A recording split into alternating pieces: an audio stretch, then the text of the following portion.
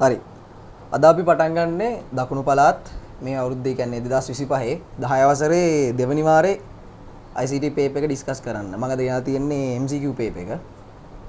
මේ ඩිස්කෂන් එක ගැන මම ටක් ගාලා චුට්ටක් කියලා ඉන්නම්. ඩිස්කෂන් එකේදී අපි මේකෙදී හරි උත්තරේ සාකච්ඡා කරනවා. ඒත් එක්කම අපි මේක දැන් වැරදිච්ච උත්තර තුනක් තියෙනවානේ. ඒ තුනත් අපි බලනවා. මොකද සමහරට ඊළඟ වාරයක හරි නැත්නම් O level විභාගයේදී හරි ප්‍රශ්නයක් එන්න පුළුවන් ඒ උත්තරේකින්. මොකද සමහරට දැන් ඕගොල්ලන්ට දැන් අපි පාඩමක අපි හිතමු මේ වගේ තැනකින් ප්‍රශ්න අහලා තියෙන්නේ කියලා. අපි නිකන් මෙන්න මේ වගේ ඒරියා එකක් ප්‍රශ්නෙත් එක්ක සාකච්ඡා කරනවා. එතකොට ඊළඟ වාරයකදී මේ වගේ තැනකින් ප්‍රශ්නයක් ආවොත් ඕගොල්ලන්ට ටක් ගාලා උත්තර හොයාගන්න පුළුවන්.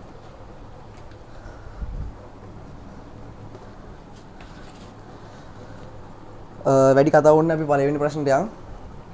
පළවෙනි ප්‍රශ්නේදී අහලා තියෙනවා ඉගෙනුම් කළමනාකරන පද්ධතියක් භාවිතයෙන් සිසුන්ට හා පාසල් කළමනාකාරීත්වයට සැලසෙන වාසියක් පිළිවෙලින් දැක්වෙන පිළිතුර වන්නේ කුමක්ද කියලා. අහලා තියෙන්නේ පිළිවෙලින්. මොකක් ගැනද අහලා තියෙන්නේ ඉගෙනුම් කළමනාකරන පද්ධතියක්. මොකක්ද ඉගෙනුම් කළමනාකරන පද්ධතියක් කියන්නේ? මම හිතන්නේ මේ ප්‍රශ්නේ නම් උත්තර ලියන්නම් ඔයාලට මේ පොතෙන්වත් මුකුත් ඕනේ නැහැ. මොකද ඕගොල්ලෝ මේවත් එක්කම ඉන්ටරැක්ට් වෙච්ච අය. ඒ කිව්වේ මම හිතන්නේ මෙතන කවුරුත් ඇති කියලා කොරෝනා කාලේ මේ ඔන්ලයින් ක්ලාස් ගියපු නැති. මොකද LMS එක ඔයගොල්ලෝ වැඩ කරලා තියෙන. එතකොට පොතෙන් නිකන් ওই කියවලා ගන්න දැනුමට වඩා ඔයගොල්ලෝ ඒකත් එක්ක වැඩ කරපුවා. එතකොට මේක ගැන අනිවාර්යෙන් ඔයගොල්ලෝ දැනුමක් තියෙන්න ඕන. ඔයගොල්ලෝ වරද්ද ගන්නව වරද්දගෙන නැත්තේ සමහර විට මේකේ සැලසෙන වාසි දෙක ලියන්න ඕනි. ඒක තෝරන්න ඕනි පිළිවෙලින්. හරිද? අන්න ඒක තමයි මේකේ තියෙන පොයින්ට් එක. සාමාන්‍යයෙන් මම පොඩ්ඩක් පැහැදිලි කරන්න නම් LMS එක. ඒ කියන්නේ ඉගෙනුම් කළමනාකරන පද්ධතියක්. එහෙම නැත්නම් learning management system එකක් කියන්නේ මොකක්ද කියලා. ඔයගොල්ලෝ සාමාන්‍යයෙන් ওই පැන්ඩමික් පීරියඩ් එකේ ක්ලාස් එකදී දැකලා ඇති සමහර සර්ලගේ තිබ්බා අපි Zoom ක්ලාස් එකට ජොයින් වෙන්නෙත් සර්ගේ වෙබ්සයිට් එකේ. ඊට පස්සේ සර් පේපර්ස් දාන්නෙත් ඒ වෙබ්සයිට් එකට. අපිට ඒ වෙබ්සයිට් එකෙන් තමයි පේපර්ස් ඩවුන්ලෝඩ් කරගන්න තියෙන්නේ. ඊට පස්සේ සමහරලාට අපේ හෝම්වර්ක්ස් උත් ෆොටෝස් ගහලා ඒ සයිට් එකට අප්ලෝඩ් කරන්න තියෙනවා. හරිද? අන්න ඔය වගේ වැඩ ටිකක් වෙන සයිට් එකක් තමයි LMS එක කියලා සරලව කියන්නේ. මම ඔයාලට කිව්වා ඔයගොල්ලෝ මේවත් එක අනිවාර්යෙන් වැඩ කරලා ඇති. එතකොට ඔයගොල්ලන්ට ටක් ගාලා මතක් වෙනවා මේ වගේ දේවල් තමයි උනේ කියලා. හරිද? ඊට පස්සේ පළවෙනි උත්තරේදී කියලා තියෙනවා ප්‍රශ්නේ තියෙන්නේ ඉගෙනුම් කළමනාකරන පද්ධතියක් භාවිතයෙන් සිසුන්ට හා පාසල් කළමනාකාරීත්වයට සැලසෙන වාසියක් පිළිවෙලින් දැක්වෙන පිළිතුර. එතකොට මුලින්ම තියෙන්න ඕන සිසුන්ට තියෙන වාසියක් ඊට පස්සේ පාසල් කළමනාකාරීත්වයට සැලසෙන වාසියක්. පළවෙනිටම අහලා තියෙනවා පළවෙනිට කියලා තියෙන උත්තරේ පාසල් පැවරුම් නිවසේදීම නිම කර එසැනින්ම උඩුගත කිරීමට හැකියවීම. ඒ කියන්නේ හෝම්වර්ක් එක කෙවලෙම කරා උඩුගත කරනවා කියන්නේ අප්ලෝඩ් කරා කියන්නේ. හරිද? ඒක ගන්න පුළුවන් සිසුන්ට තියෙන වාසියක් විදියට. ඊට පස්සේ ඊළඟට කියලා තියෙනවා ගුණාත්මක ඉගෙනුම් මේකක පද්ධතියට එක් කිරීමට හැකියවීම. ඒක ටීචර්ස්ලගේ පැත්තෙන් තියෙන වාසියක්. මොකද ක්වොලිටි කන්ටෙන්ට් එකක් ඒගොල්ලන්ට අප්ලෝඩ් කරන්න පුළුවන් ඒගොල්ලන්ගේ LMS එකට. හරිද? ඒ උත්තරේ දැන්ට හරි කියලා හිතනවා බලමු අපි ඊළඟ ඒවත් බලලා. ඊළඟට තියෙනවා පැවරුම් අධීක්ෂණය හා ප්‍රතිඵල දැක්වීම. සාමාන්‍ය පැවරුමක් අධීක්ෂණය කරන්නේ ගුරුවරු. හරිද? ඔයගොල්ලෝ ගන්නේ පැවරුම කරලා ඒක අප්ලෝඩ් කරනවා. ඒක අධීක්ෂණය කරලා ඒවා රෑන්ක් කරනවා. රෑන්ක් කරලා ලකුණු දෙන්නේ ගුරුවරු. එතකොට ඒ උත්තරේ ගන්න බෑ. ඒක ඊළඟ කොටසේ තියෙනවා තමන්ගේම කාලසටහනකට අනුව ඉගෙනීමට හැකියවීම. ඒකත් ගත්තොත් ළමයාගේ පැත්තෙන් තියෙන වාසියක්. හැබැයි මේකෙදී වාසි දෙක තිබ්බට තියෙන්නේ පිළිවෙලට නෙමෙයි. එතකොට ඒ උත්තරේ ගන්න බෑ. ඊළඟට තියෙනවා සංවාද මණ්ඩප හා සම්බන්ධ වීම මගින් ගැටළු ඉදිරිපත් කරමින් අදහස් දක්වමින් ඉගෙනීමට හැකියවීම. ඒක ළමයාගේ පැත්තෙන් තියෙන වාසියක්. ළමයාට තමන්ගේ තියෙන ගැටළු ගුරුවරයාට කියලා ඒවට උත්තර ඉල්ල ගන්න පුළුවන්. ඊට පස්සේ කියලා තියෙනවා පාසල් පැවරුම් නිවසේදීම නිම කර එසැනින් උඩුගත කිරීමට හැකියවීම. ඒකත් ළමයාට තියෙන වාසියක්. එතකොට මේකෙදී තියෙන දෙකම වාසි වුණාට දෙකම තියෙන ළමයාගේ පැත්තෙන් තියෙන වාසිය. එතකොට මේ උත්තරේ ගන්නත් බෑ. ඊළඟට තියෙනවා ශිෂ්‍ය හා ගුරු තොරතුරු පාසල් තොරතුරු කළමනාකරණය සහ යාවත් කිරීමට පහසු වීම.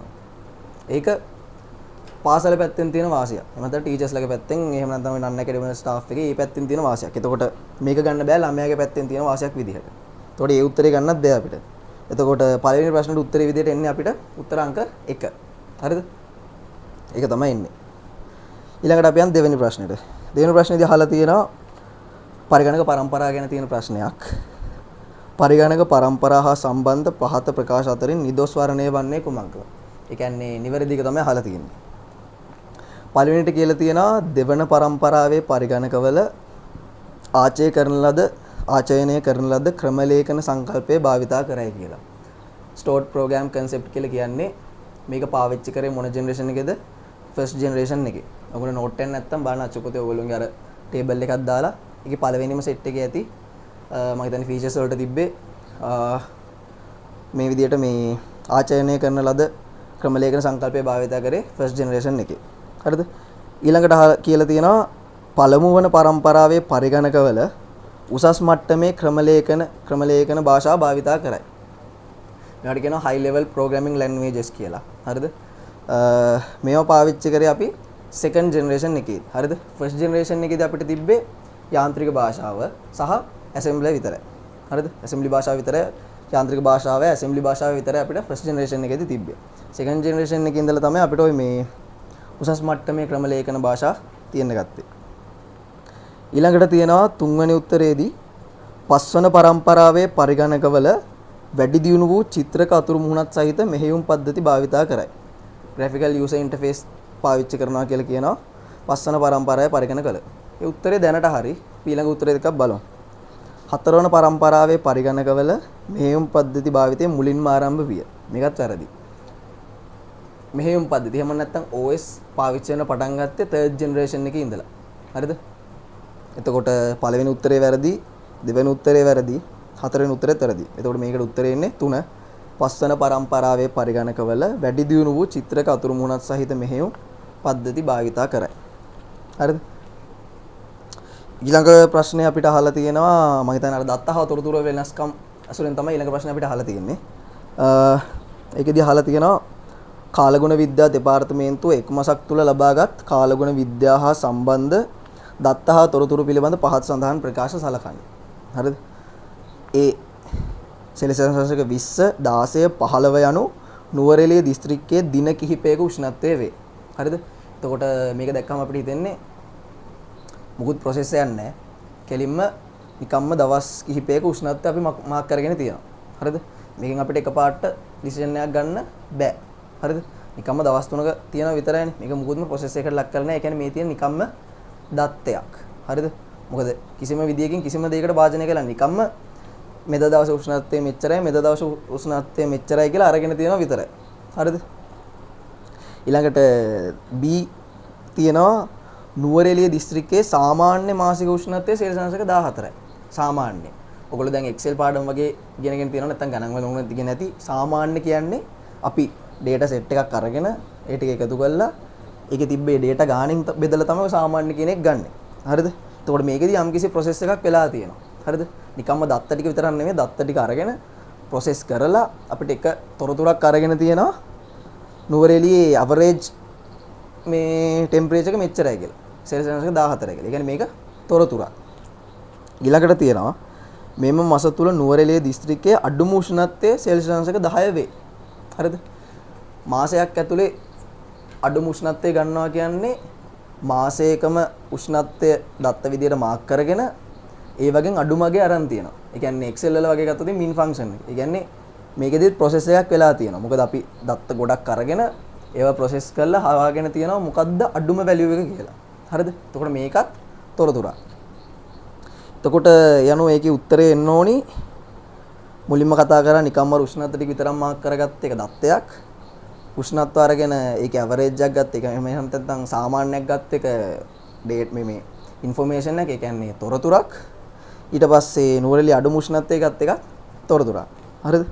එතකොට මේකේ උත්තරේ එන්න ඕනි උත්තරේ අංක 1. ඒ දත්ත වෙන අතර B සහ C තොරතුරු වේ. හරිද? ඒක ගත් විදිහට ඕන්න පැහැදිලි ඇතිනේ.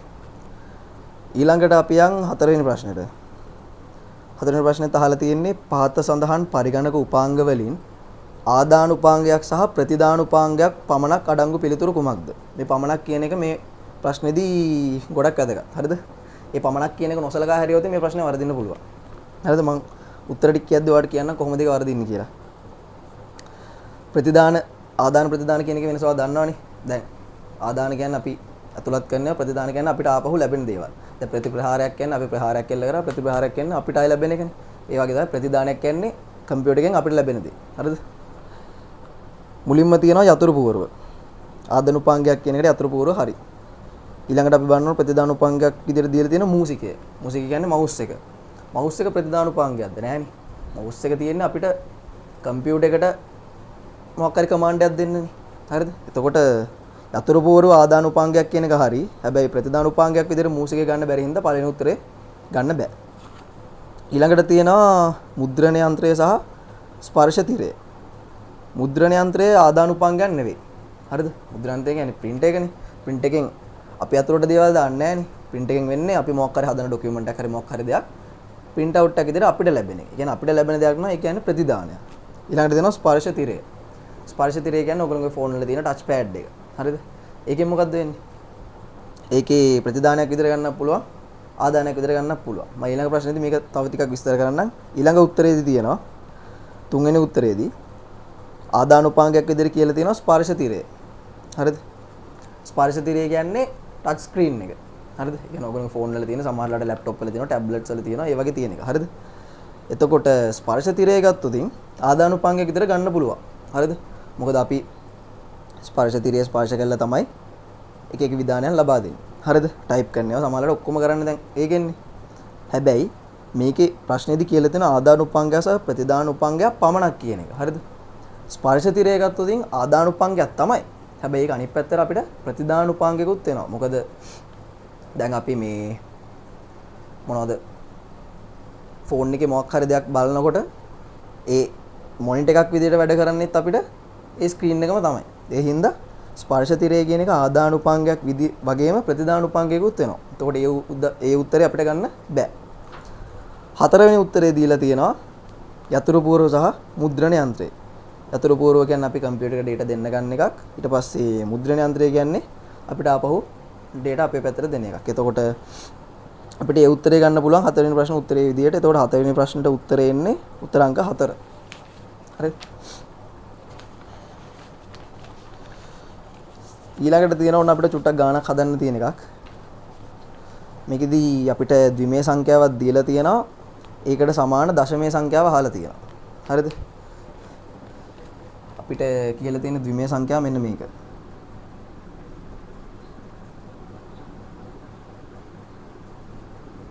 ඉතින් මේ වගේ ගාණක් කියන්න හරිම ලේසි, හදාගන්න හරිම ලේසි. අපිට කරන්න තියෙන්නේ මේ වගේ ස්ථානීය වටිනාකම් ටික ලියා ගන්න. මේවා සමහරවිට ඔයාලා ගණන් හදනකොට නම් මෙහෙම ලියලා ඉන්න දෙයක්වත් නෑ. ඔයාලට නිකම්ම පුරුදු වෙනවා මේ ගාන හදන්නේ කොහොමද කියලා. මම මේක දැන් 10 වසරේ මේක දන්නේ නැති කෙනෙක් බැලුවොත් හදිස්සියවත් එයාටත් තේරුම් ගන්න පුළුවන් විදිහට තමයි දැන් මේ විදිහට කරන්නේ.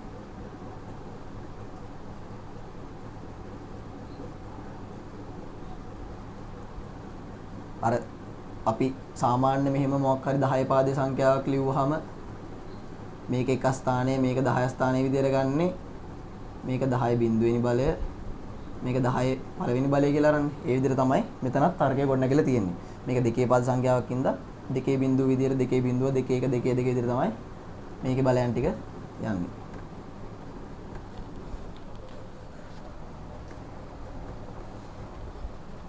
හරිද?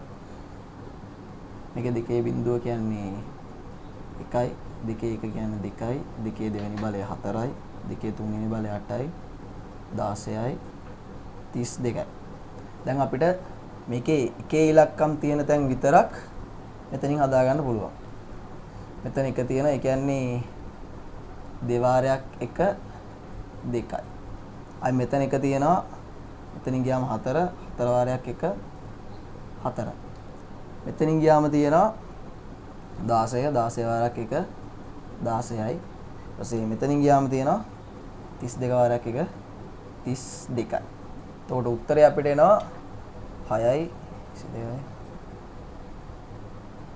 54ක්. හරිද? ඔන්නෝක තමයි උත්තරේ එන්නේ. එතකොට පස්වෙනි ප්‍රශ්නෙට උත්තරේ එන්නේ උත්තර අංක 1. හරිද? 54. ඊළඟටත් අපිට තියෙන ආයේ මේ පාඩමේම අපු ගණන් හදන කොටසක්. එකෙදි අපිට කියලා තියෙන්නේ ෂඩ්දශමයේ සංඛ්‍යාවක් දීලා ඒකට ගැලපෙන අෂ්ටමයේ සංඛ්‍යාව හොයන්න කියලා තියෙනවා. මේකෙදි නම් අරට වැඩි චූටි කොටස් ටිකක් තියෙනවා වැඩිපුර. හරිද? දැන් මෙහෙම ෂඩ්දශමයේ සංඛ්‍යාව තියෙනවා. මේක හදද්දි පළවෙනි පියවර තමයි කිව්වේ අපිට හදන ඕන නම් ක්‍රම දෙකක් තියෙනවා. එකක් තමයි අපි දැන් ඔයගොල්ලෝ සමහර විට දන්නේ නැති 16 පාදේ ඉඳලා අපිට කෙලින්ම 8 පාදයට හරවන්න බෑ. අපිට එක්ක සිද්ධ වෙනවා 16 පාදෙන් 10 පාදයට කන්වර්ට් කරලා 10 පාදෙන් ආය 8 පාදයට කන්වර්ට් කරන්න. නැත්තම් අපිට පුළුවන් 16 පාදෙන් 2 පාදයට කන්වර්ට් කරලා ඒ 2 පාදෙන් ආයි මේ විදිහට මේ 8 පාදයට කන්වර්ට් කරන්න. හරිද? ලේසි සිස්ටම් එක තමයි 16 පාදෙන් 2 පාදයට කන්වර්ට් කරලා 2 පාදෙන් ආයි 8 පාදයට කන්වර්ට් කරන එක. හරිද? අපි ඒක බලමු කොහොමද කරන්න කියලා. පළවෙනිටම කරන්නේ මේක දැන් ඉලක්කම් දෙකක් තියෙන හින්දා මම මේ දෙකකට බෙදාගන්න. දැන් තුනක් තියෙනවා. ඒ සම්පූර්ණ තනි තනියෙන් ඉලක්කම් වෙන් කර ගන්නවා. ඊට පස්සේ මේ එක ඉලක්කමක් මම බිට් 4ක් වෙන ලියා ගන්නවා. හරිද? දැන් උදාහරණයක් විදිහට මේ E කියන්නේ ඔයගොල්ලෝ දැන් 16 පාදේ ගැන දන්නේ නැත්නම් 16 පාදේ ඉලක්කම් තියෙනවා බිංදුව ඉඳන් 15 වෙනකම්. හරිද?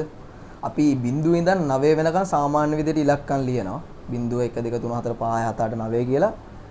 9 පස්සේ අපිට අවුලක් වෙනවා සංඛ්‍යාවකදී ඉලක්කම් දෙකක් තියෙනවා. 9 ඉඳලා තියෙන හැම එකකම 9 ඉඳලා 15 වෙනකම් 10 11 12 13 14 15 කදී ඉලක්කම් දෙකක් එනවා. අපි මේ වෙනුවට 10 ඉඳලා අපි දාගන්නේ ඉංග්‍රීසි අකුරු. දැන් 10 A 11 නම් B 12 නම් C 13 නම් D 14 නම් E 15 නම් F ඔන්න ඔය විදිහට. හරිද? එතකොට E කියන්නේ 14.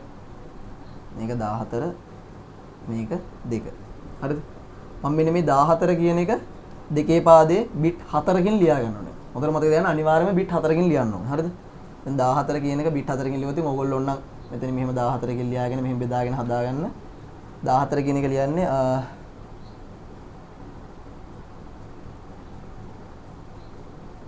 මෙන්න මේ විදිහට. හරිද?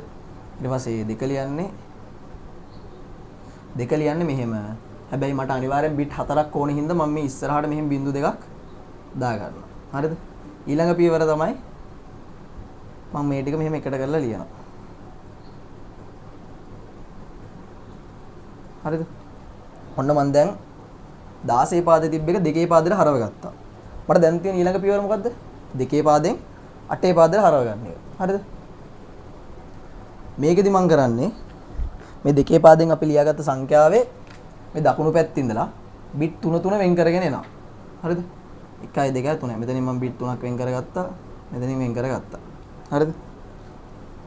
ඊට පස්සේ මම මේ සෙට් වෙන වෙනම 10 පාදයට හරවනවා. හරිද? දැන් මේක 10 පාදයට හරවනවා නම් මෙතන දෙකේ බිඳුව දෙකේ 1 දෙකේ 2. හරිද? එතකොට මේ සෙට් එක ඉවරයි. මෙතනින් ආයේ මෙතනින් මේක දෙකේ බිඳුව මේක දෙකේ 1 මේක දෙකේ 2. හරිද? මෙතන ඕනේ නැහැ. මොකද මෙතන බිඳුව තියෙන. හරිද? හැබැයි අපිට මේ මැද හරියකද බිඳුවක් ආවොත් ඒක අයින් කරන්න බෑ. අපිට මේ මුලට මොකක් හරි බිඳුව ටිකක් ආවොත් ඒක අයින් කරගන්න පුළුවන්. මොකද මුලට එන බිඳුව වල වටිනාකම නැති හින්දා. මේ මැද හරියකදී මුලට බිඳුවක් ආවා කියලා ඒක කරන්න බෑ. මේ පළවෙනිටම තියෙන සෙට් එකට බිඳුව තියෙන ඉස්සරහින් තියෙන බිඳුව අපිට අයින් කරගන්න පුළුවන්. හරිද?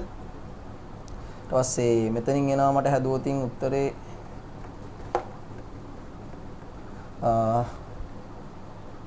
5ක් 6ක් එනවා. ඊට පස්සේ මෙතන හැදුවම මට උත්තරේ එනවා 5ක්. හරිද? මේ බිට් 3ෙන් ආව මට 6 මේකෙන් ආවා 5. මම මේ දෙකේ උත්තරේ ගත්තාම උත්තරේ එන්නේ 56 8 පාදේ. හරිද? ඔන්න ඒ විදිහට තමයි ඒකේ උත්තරේ හොයන්නේ. එතකොට 6 වෙනි ප්‍රශ්නෙට උත්තරේ උත්තර අංක 2 56 8 පාදේ. හරිද? ඊළඟට 7 වෙනි ප්‍රශ්නේ. 7 වෙනි ප්‍රශ්නේ අපිට දීලා තියෙන්නේ ඔයගොල්ලෝ පොඩක් අර තියරි දැනුම චෙක් කරගන්න තමයි මේක දීලා තියෙන්නේ. හරිද? ලියලා තියෙනවා 1.1 ඊට පස්සේ යටින් දාලා තියෙනවා මෙහෙම x අකුරක්. හරිද? 1 මෙතන මෙහෙම දාලා තියෙන x අකුරක්. x අකුර කියන්නේ සාමාන්‍යයෙන් ඔයගොල්ලෝ ගණන් වලදී අපි අර එකාගයක් නැති. හරිද? ඒ කියන්නේ අර විචල්යක් වගේ දෙයකට තමයි x අකුරක් දාගන්නේ. මේක වෙනස් වෙන්න පුළුවන්. 2 වෙන්න පුළුවන්. ඊට පස්සේ මෙතෙන්ට මම 8 පාදේ නම් 8 කියලා දාන්න පුළුවන්. 10 පාදේ නම් 10 දාන්න පුළුවන්. 16 පාදේ නම් 16 දාන්න පුළුවන්. හරිද? මේගොල්ලෝ අහලා තියෙන්නේ මේ සංඛ්‍යාව අයිති වෙන්නේ මොන වගේ සංඛ්‍යා පද්ධතියකටද කියලා. හරිද? මේක අයිති වෙන්න පුළුවන් සංඛ්‍යා පද්ධතිය මොනවද කියලා. දැක්ක ගමන් පේනවා මේක අනිවාර්යෙන් දෙකේ පාදයට නම් අයිති කියලා. හරිද? මේ වගේ ඒවා අපිට දැකලා පුරුදුම දෙකේ පාදෙදිනේ. අපිට කොහොමද සංඛ්‍යා පද්ධතිය ටික තිබ්බේ? දැන් 10 පාදේ නම් අපිට තියෙනවා බිංදුව ඉඳන් 9 වෙනකන් ඉලක්ක. හරිද? ඊට පස්සේ අපිට දෙකේ පාදේ නම් තියෙනවා බිංදුවයි 1යි. 8 පාදෙට අපිට තිබ්බා බිංදුවේ ඉඳලා 7 වෙනකම්. හරිද? ඊට පස්සේ 16 පාදෙදී අපිට තිබ්බා බිංදුවේ ඉඳන් 15 වෙනවා. දැන් මේකදී අවිල්ල තියෙන්නේ 1.1 කියන ඉලක්කය. හරිද? දැන් මේ 0.9 කියන මේ රේන්ජ් එක ඇතුලේ මේ ඉලක්කම් හතරම තියෙනවා. හරිද? ඉලක්කම් හතර නෙවෙයි අතර ගාතු ඉලක්කම් දෙකයිනේ. මේ ඉලක්කම් දෙක මේ රේන්ජ් එක ඇතුලේ තියෙනවා. එතකොට අපිට ගන්න පුළුවන් මේ සංඛ්‍යාව 10 පාදයට අයිති. මේ රේන්ජ් එක ඇතුලෙත් මේ ඉලක්කම් දෙක තියෙනවා. මේකටත් අයිති. මේ රේන්ජ් එක ඇතුලෙත් මේ ඉලක්කම් දෙක තියෙනවා. එතකොට මේකටත් මේක අයිති. ඊට පස්සේ මේ රේන්ජ් එක ඇතුලෙත් මේ ඉලක්කම් දෙක තියෙනවා. එතකොට මේකටත් අයිති. එතකොට උත්තරේ එන්න ඕන. උත්තරේ අංක 4 ද්විමය, අෂ්ටමය, දශමය සහ ෂඩ්දශමය යන සියල්ලම. හරිද? මේ සංඛ්‍යාව ওই හැම එකටම අයිති වෙන්න පුළුවන්.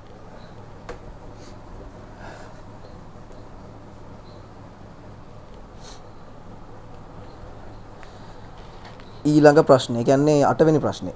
8 වෙනි ප්‍රශ්නේදී අපිට දීලා තියෙනවා පරිගණක නශ්‍ය මතකයක් සහ නශ්‍ය නොවන මතකයක් පිළිවෙලින් දැක්වෙන පිළිතුර වන්නේ කුමක්ද? හරිද? පළවෙනි එක දීලා තියෙනවා සසම්භාවී ප්‍රවේශ මතකය. හරිද? ඒ කියන්නේ RAM එක. මුලින් බලමු අපි නශ්‍ය මතකයක් සහ නශ්‍ය නොවන මතකයක් කියන්නේ මොකක්ද කියලා. හරිද? නශ්‍ය මතකයක් කියන්නේ දැන් නශ්‍ය කියන වචනේම තියෙනවානේ. නශ්‍ය කියන්නේ නැති වෙනවා කියන්නේ. හරිද? කොහොම වුණාමද නැති වෙන්නේ මේ? ගොඩක් වෙලාවට කරන්ට් එක ගියාම හරි නැත්නම් මොනක් හරි ඉන්ටරප්ට් එකක් වුණාම ගොඩක් වෙලාවට කරන්ට් එක ගියා. හරිද? කරන්ට් එක මොකක් හරි වෙච්ච ගමන් මේ මෙමරි එක නැති වෙලා යනවා. හිතන්න ඔයගොල්ලෝ මොකක් හරි ගේම් එකක් ප්ලේ කරනවා කියලා හිතන්නකෝ. දැන් ওই ඔන්ලයින් ගේම් එකක් නෙමෙයි. ගොඩක් වෙලාවට ඔයගොල්ලෝ ප්ලේ කරලා ඇතිනේ මේ කම්පියුටර් ගේම්ස් IGI COD ඒ වගේ මොකක් හරි ප්ලේ කරලා ඇතිනේ. ඒක ප්ලේ කරද්දී ඔයා හිතන්නේ මිෂන් එකේ ඔයා භාගයක් විතර ගියාට පස්සේ එකපාරට කරන්ට් එක යනවා. හරිද? එතකොට ගේම් එක පටන් ගන්නෙ ඔයාලා කරන්ට් එක යද්දි තිබ්බ තැනින්ද නැත්තම් මුල හරියකින්ද? සමහරලාට ඔයගොල්ලෝ මැගින් යද්දි මොකක් අර චෙක් වෙන තැනක් තියෙනවා නම් අර රීස්පෝන් වෙනවා එතනින්. නැත්නම් සමහරලාට ගේම් එකේ මුලටම ආය යනවනේ. හරිද? ඒ වෙලා තියෙන්නේ කරන්ට් එක ගියපු ගමන් කම්පියුටර් එකට මතක නැහැ ඔයා ගේම් එකේ ඉඳී මේ තැන කියන එක. හරිද? ඒ කියන්නේ ඔයගොල්ලෝ දන්නවා කම්පියුටර් එකේ ওই ගේම් එක ස්ටෝර් වෙලා තියෙන හાર્ඩ් ඩිස්ක් එකේ. ඔයාලා ප්ලේ කරන වෙලාවට හાર્ඩ් ඩිස්ක් එකේ තියෙන ගේම් එක RAM එකට ගේනවා. හරිද? RAM එකේ තියලා තමයි ඔය ප්ලේ වෙන්නේ. හරිද? ඊට පස්සේ එතකොට කරන්ට් එක ගියාට පස්සේ ගේම් එක අර අපි ප්ලේ කර කර ඉඳපු තැන නෑ. හැබැයි ගේම් එක නැති වෙලත් නෑ. ගේම් එක අපි අර ගේම් එක පටන් ගන්න මුල් තැනට ගිහිල්ලා තියෙනවා. හරිද? ඒ කියන්නේ ගේම් එක ස්ටෝර් වෙලා තියෙන හાર્ඩ් ඩිස්ක් එක ඉතුරු වෙලා තියෙනවා. හැබැයි ගේම් එක අර එවෙලේ ප්ලේ වෙවි තිබ්බ RAM එක අයින් වෙලා තියෙනවා. ඒ කියන්නේ RAM එක එතකොට නශ්‍ය වෙන මතකයක්. කරන්ට් එක ගියපු ගමන් ගේම් එක ප්ලේ කර කර තිබ්බ තැන නෑ. ඒ කියන්නේ RAM එකේ මෙමරි එක නැති වෙලා. හැබැයි ගේම් එක තියෙනවා. ඒ කියන්නේ හાર્ඩ් ඩිස්ක් එකේ තිබ්බ ගේම් එක තියෙන. ඒ කියන්නේ හાર્ඩ් ඩිස්ක් එකට මුකුත් වෙලා නැහැ. හරිද? එතකොට පළවෙනි උත්තරේ තියෙනවා RAM එක. RAM එක නශ්‍ය නොවන මතකයක් නෙමෙයි නශ්‍ය වෙන මතකයක්. හරිද? එතකොට ඒක හරියනවා. ඊළඟට ඒකෙදී අනිත් එකට දීලා තියෙන රෙජිස්ටර්ස් කියලා. හරිද? රෙජිස්ටර් මතකය කියන්නේත් නශ්‍ය වෙන මතකයක්. හරිද? ඒ ගොඩක් වෙලාවට අර ගොඩක් ෆාස්ට් මෙමරි එකක් ස්ටෝරේජ් එකෙන් අඩු මෙමරි එකක්. හරිද? ඒකත් නශ්‍ය වෙන මතක. ඒතකොට පළවෙනි උත්තරේ ගන්න බෑ. ඒකේ දෙකම තියෙන්නේ නශ්‍ය වෙන මතක. හරිද? ඊළඟට අපිට දීලා තියෙනවා රෙජිස්ටර් මතකේ. රෙජිස්ටර් මතකේ ඒකට හරියනවා නශ්‍ය වෙන මතකයක්. ඊළඟට කියලා තියෙනවා පඨන මාත්‍ර මතකය. හරිද? පඨන මාත්‍ර මතකය කියන්නේ ROM එක. read only memory. හරිද? මේකේ තමයි සාමාන්‍යයෙන් අර මේ BIOS කියන එක මේ ROM එක ඇතුලේ තමයි තියෙන්නේ. ඒ කිව්වේ කම්පියුටර් එක ඔන් වෙන්න අවශ්‍ය විස්තර එහෙම තියෙන මේ ROM එක ඇතුලේ. ඒක හිතන්නකෝ කම්පියුටර් එක ඔන් වෙලා යන ප්‍රොසෙස් එකට අවශ්‍ය විස්තර තියෙන ROM එක කරන්ට් ගියාම නැති වෙන දෙයක් වුණොත් ඒක ලොකු අවුලක් නේ. ඒක ඊළඟ සැරේ කොහොමද කම්පියුටර් එක ඔන් වෙන්නේ? හරිද? එතකොට ROM එක නශ්‍ය නොවන මතකයක්. හරිද? එතකොට ඒ උත්තරේ අපිට ගන්න පුළුවන් මේක හරි උත්තරේ කියලා. හරිද? ඊළඟ උත්තරන සාකච්ඡා කරන්න දෙන්න එකම ටිකනේ තියෙන්නේ. එතකොට 8 වෙනි ප්‍රශ්නේ උත්තරය උත්තර අංක 2. ඊළඟට තියෙනවා ටොපොලොජිස්. ඒ කියන්නේ ජාලස්තල විද්‍යාව ගැන ප්‍රශ්නයක්. හරිද? පරිගණක ජාලස්තල විද්‍යාව හා සම්බන්ධ පහත ප්‍රකාශ සලකා බලන්න. පළවෙනියට කියලා තියෙනවා ජාලයේ ඇති සෑම පරිගණකයක්ම ජාලයේ සෑම පරිගණකයක්ම හා සම්බන්ධ වේ. ඒ කියන්නේ දැන් මෙන්න මේ වගේ. මේක තියෙන්නේ අපිට මෙෂ් ටොපොලොජි එකේ. හරිද? දැන් ඔයා හිතන්නේ මෙන්න මෙහෙම PCs ටිකක් තියෙනවා කියලා. මෙහෙම මැෂින්ස් ටිකක් තියෙනවා. හරිද? පරිගණකේ මෙහෙම ජාල ටිකක් තියෙනවා. මේක කියලා තියෙන්නේ මොකද්ද? ජාලයේ ඇති සෑම පරිගණකයක්ම අනිත් හැම එකක් එක්කම කනෙක්ට් වෙලා තියෙනවා. දැන් මේ පරිගණකේ මේකත් එක්කත් කනෙක්ට් වෙලා, මේකත් එක්කත් කනෙක්ට් වෙලා, මේකත් එක්කත් කනෙක්ට් වෙලා, මේකත් එක්කත් කනෙක්ට් වෙලා. මේක මේකත් එක්කත් කනෙක්ට් වෙලා, මේකත් එක්ක ආයි මේක එක්ක ආයි මේක එක්ක. මේකත් මේක එක්ක කනෙක්ට් වුණා, මේක එක්ක කනෙක්ට් වුණා, ආයි මේක ආයි මේක. මේකත් මේක එක්ක කනෙක්ට් වුණා, මේක එක්ක මේක මේක. මේක දැන් අනිත් හැම එකටම කනෙක්ට් වෙලා තියෙනවා. මෙන්න මේක තමයි මේ කියලා තියෙන්නේ. හරිද? මේකට කියනවා අපි mesh topology එක කියලා. හරිද? ඒ කියන්නේ දැලක් වගේ තියෙන්නේ. මේක තමයි mesh topology එක. මේකේ හැම කම්පියුටර් එකක්ම අනිත් හැම කම්පියුටර් එකක් එක්කම කනෙක්ට් වෙලා තියෙන්නේ. මේකේ තියෙන වාසිය තමයි හිතන්න මේකේ තියෙන අර එක කම්පියුටර් එකක් අයින් වුණා කියලා අනිත් කම්පියුටර්ස් වලට අවුලක් වෙන්නේ නැහැ. මොකද ඒවත් අනිත් හැම එකක් එක්කම කනෙක්ට් වෙලා තියෙන්නේ. දැන් ඊළඟ එකේදී කතා කරමු මේකේ තියෙන වාසිය තමයි මම වාසිය කියන්නේ මේ මම රූපේ ඕනේ අර තිබ්බ ස්ට්‍රක්චර් එක ගත්තාම එක කම්පියුටර් එකකට මොකක් හරි ඩැමේජ් එකක් වුණා කියලා ජාලේ අනිත් සංනිවේදන කටයුතු වලට අවුලක් වෙන්නේ නැහැ. මොකද මෙතන තියෙන කම්පියුටර් එකක් වුණත් අනිත් කම්පියුටර් හැම එකක්ම අනිත් හැම එකක් එක්කම කනෙක්ට් වෙලා තියෙන්නේ. ඒකට කොයි වෙලාවකවත් කමියුනිකේෂන් එකට මුකුත් අවුලක් වෙන්නේ නැහැ. හරිද? ඊළඟට කියලා තියෙනවා ප්‍රධාන කේබලයක් හරහා සියලුම සම්බන්ධතා ඇති කරමින් ජාලගත කරයි. හරිද? ඒ කියන්නේ මෙන්න මෙහෙම ප්‍රධාන කේබලයක් තියනවලු ඒකෙන්ලු අනිත් කම්පියුටර්ස් වලට දීලා තියෙන්නේ.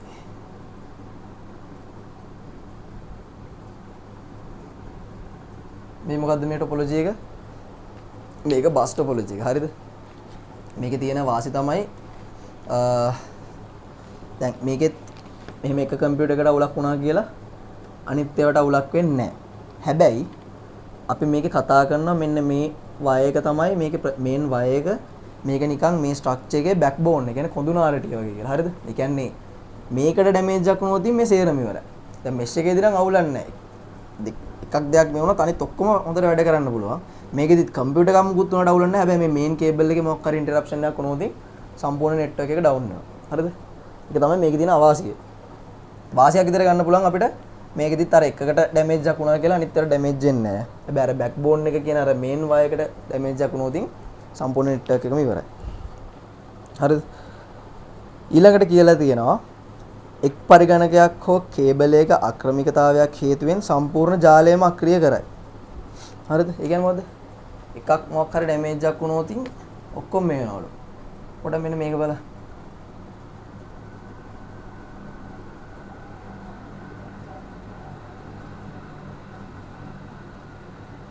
මෙන්න මේක.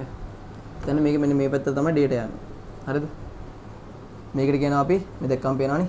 මේක තමයි කියන්නේ ring topology එකක් කියලා. කියන්නේ මුදු ආකාරයේ ජාල ස්ථල සැකැස්මක්. හරිද? මේකෙදි හදිස්සියවත් මේ වයර් එකක් හරි නැත්නම් මේකක් හරි ඩැමේජ් වුණොත් පේනවද? මෙතනින් එහාට data flow එක වෙන්නේ නැහැ. හරිද? එතකොට මේක තමයි අපිට ගන්න පුළුවන් එක් පරිගණකයක හෝ කේබල් එක අක්‍රමිකතාවයක් හේතුවෙන් සම්පූර්ණ ජාලයම අක්‍රිය වෙලා යනවා කියලා. හරිද? එතකොට මේ ප්‍රශ්නට උත්තරේ එන්නේ පළවෙනි එකට එන්නේ mesh topology එක, ඊට පස්සේ bus topology එක, ඊට පස්සේ මේ ring එක. ඒ කියන්නේ මුදු. එතකොට උත්තරේ එන්නේ තුන්වෙනි උත්තරේ. මම ඒත් එක්කම කියලින්නම් අපිට සිලබස් එකේ තියෙනවා මේ hybrid ඒ කියන්නේ මේ වගේ topologies දෙකක් එකතු වෙලා හැදිච්ච ඒවා ගැන. හරිද? ඒ topologies දෙකක් එකතු වෙලා හැදිච්චත් තමයි මෙන්න මේ හොඳට බලා ගන්න. මේ විදියට අපි අර bus topology එක හදනවා. හරිද? ඒකෙදි අපි හයි ගන්නවා මෙහෙම star topology එකක්. හරිද? star topology එක සෙට් වෙන්නේ මැදට ස්විච් එකක් හරි හබ් එකක් හරි සෙට් වෙලා අන්න ඒ වගේ තමයි මේ වෙන්නේ. හරිද?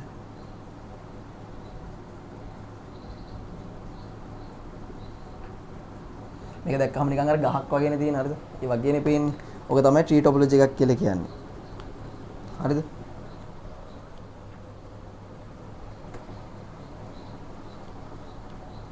හරි ඒකේ උත්තරය උත්තරාංක 3. ඊළඟට අපි බලමු 10 වෙනි ප්‍රශ්නේ. 10 වෙනි ප්‍රශ්නේදී කියලා තියෙනවා පහත සඳහන් ප්‍රකාශ සලකන්න කියනවා. පළවෙනිට A දැක්වීමේ උපක්‍රම. මොනවද දැක්වීමේ උපක්‍රම කියන්නේ? ඔකට ඉංග්‍රීසි වලින් කියන්නේ pointing devices කියලා. හරිද? pointing devices කියන්නේ දැන් අපි දන්න ප්‍රධානම ආදාන උපාංග දෙක තමයි mouse එකයි keyboard එකයි. හරිද? keyboard එකෙන් අපි කරන්නේ type කරන එක. mouse එකෙන් තමයි අපි ওই desktop එකේ තියෙන එක එක icon මෙන්න මේක තමයි මෙහෙම මෙහෙම කිය නිකන් රැන්න යනවා වගේ පෙන්නන්නේ. හරිද? කිව්වේ point කරන්නේ මේක තමයි මේක කිය point කරන්නේ ඒකෙන්. හරිද? අන්න ඒ වගේ දේවල් වලට තමයි pointing devices එහෙම නැත්නම් මේ දැක්වීමේ මේවා කියලා කියන්නේ. හරිද? එතකොට තව අපිට ගන්න පුළුවන් joystick එක අපි අර ගේමින් කන්සෝල් ඒවත් ගන්න පුළුවන්. හරිද? ඊළඟට තියෙනවා දත්ත ආදාන මෙන්ම ප්‍රතිදාන උපාංගයකි. ඒ කියන්නේ ඉන්පුට් එකක් විදිහට ගන්න පුළුවන්, අවුට්පුට් එකක් විදිහට ගන්න පුළුවන්. මම හිතන්නේ අපි කලින් ප්‍රශ්නකදී ඒ වගේ කතා කරා. මොකද්ද? ටච් ස්ක්‍රීන් එක මතකනේ. ඉන්පුට් ඩිවයිසස් එකක් විදිහට ගන්න පුළුවන්, අවුට්පුට් ඩිවයිස් එකක් විදිහට ගන්න පුළුවන්. ඊළඟට කියනවා මෘදු පිටපතක් ප්‍රතිදානය කරයි කියලා. මොකද මෘදු පිටපතක් කියන්නේ? මෘදු පිටපතක් කියන්නේ දැන් මම කම්පියුටර් එකේ මොකක් ඩොකියුමන්ට් එකක් හදනවා. මම ඒ හදන ඩොකියුමන්ට් එක මොනිටර් එකෙන් බලද්දි මට අල්ලන්න බෑ. මට මොනිටර් එක අල්ලන්න පුළුවන්. මට ඩොකියුමන්ට් එක කියලා ඩොකියුමන්ට් එක මෙන්න මේකයි කියලා මට එහෙම පොයින්ට් කරලා අල්ලලා එහෙම බෑනේ.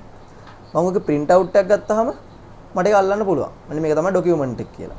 ස්ක්‍රීන් එකේ තියෙද්දි මට ස්ක්‍රීන් එක අල්ලන්න පුළුවන්. හැබැයි මට ඩොකියුමන්ට් එකක් එහෙම ස්පර්ශ කරන්න එහෙම ෆීල් එකක් ගන්න බෑ. හරිද? මෘදු පිටපතක් කියන්නේ ඔන්න ඔය වගේ අපිට ස්පර්ශ කරන්න බැරි පරිගණක තිරයකින් අපිට බලා ගන්න පුළුවන් එක. හරිද?